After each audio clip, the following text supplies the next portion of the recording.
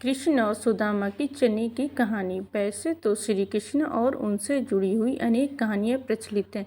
श्री कृष्ण भगवान का यह अवतार लीला अवतार के नाम से जाना जाता है। इस अवतार में भगवान ने कई लीलाएं की और सामान्य जनमानस को जीवन उपयोगी विभिन्न शिक्षाएं प्रदान की हैं।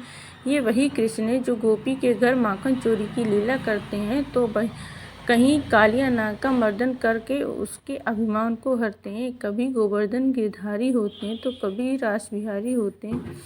कैसे श्री कृष्ण को सभी सामान्य जनमानस और रसिक जनों ने बारंबार महिमा का वर्णन करते हुए महिमा मंडन किया है।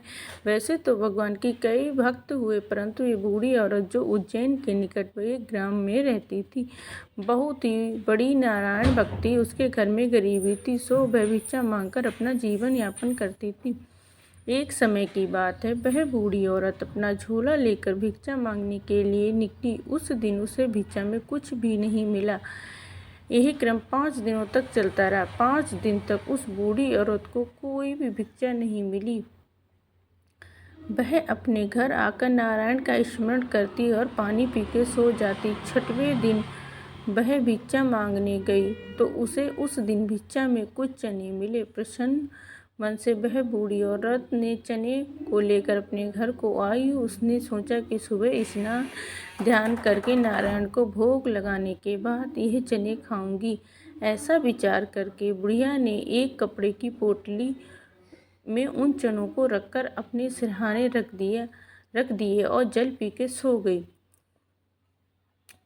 उसी रात को कुछ चोर बुढ़िया के झोपड़े में आए। उनको उस झोपड़े में चोरी के लिए कोई भी वस्तु नहीं मिली तो उन्होंने वह चने की पोटली चुरा ली। आहट पाकर बुढ़िया की नींद खुली। उसने शोर मचाया, पकड़ो पकड़ो, ये मेरे चने चुरा ले जा रहे हैं। ऐसा स्वर सुनकर सभी गांव वाले जाग गए और चोरों का पीछा करने लगे।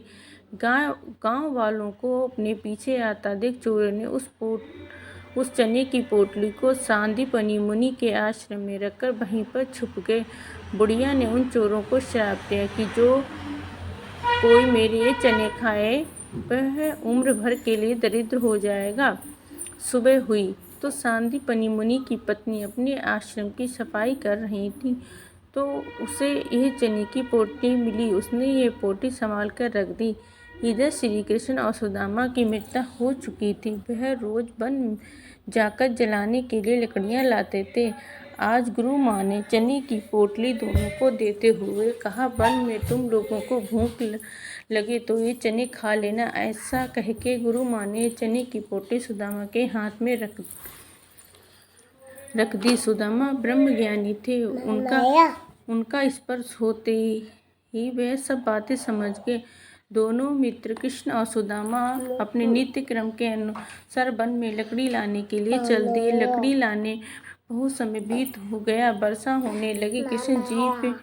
कृष्ण जी पेड़ पर चढ़ गए। नीचे सुदामा खड़े थे। उन्होंने सुदामा सब बात जानते थे। उन्होंने उस बुढ़िया के श्राप के बारे में विचार किया और सोचा कि यदि इसने ये चने खा लिए तो सारी सृष्टि ही दरिद्र हो जाएगी। ऐसा विचार करके उन्होंने सोचा कि मैं ही अकेले क्यों ना दरिद्र हो जाऊं, जिससे मेरे प्रभु श्री कृष्ण और सारी सृष्टि दरिद्र होने से बच जाएगी। सुदामा के मन में ऐसा विचार चल रहा होता है। श्री कृष्ण वृक्ष के ऊपर से सारी बातों को देख रहे थे। धीरे धीरे वर्षा और तेज होने लगी। सुदामा ने चुपके से चने निकालकर खाना प्रारंभ कर दिया। कृष्ण ने जैसे ही कट कट की आवाज़ सुनी, उन्होंने पूछा, सुदामा क्या आज? सुदामा ने झूठ बोलते हुए कहा, कुछ नहीं कृष्ण, ठंड के कारण मेरे दांत किट किट कर रहे हैं। सुदामा ने धीरे धीरे सारे चने खा लिए। कृष्ण जी वृक्ष के ऊपर से सारा दृश्य देखते रहे। उस बूढ़ी औरत के श्राप से सुदामा जी चने खाने के कारण जीवन भर दरिद्र और कृष्ण जी द्वारिका में अपने राज्य में राजसी वैभव के साथ रहे। और बात है कि श्री कृष्ण ने सुदामा से ये वादा किया था कि जब सुदामा तुम मेरे द्वार पे आओगे तो तुम जो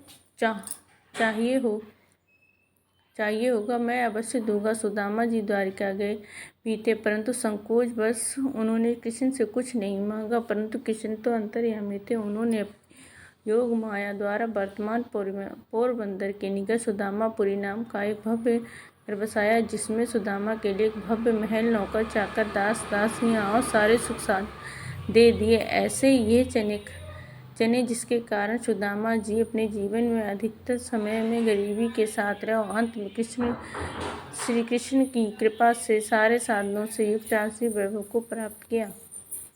ऐसे ये उस बूढ़ी औरत का शाप फलित हुआ और सुदामा जी पर श्री कृष्ण की कृपा हुई। इतना सब कुछ पाकर भी सुदामा जी नित्य श्री कृष्ण भक्ति में लीन रहते और कम से कम संसाधनों में अपना गुजर बसर करते थे।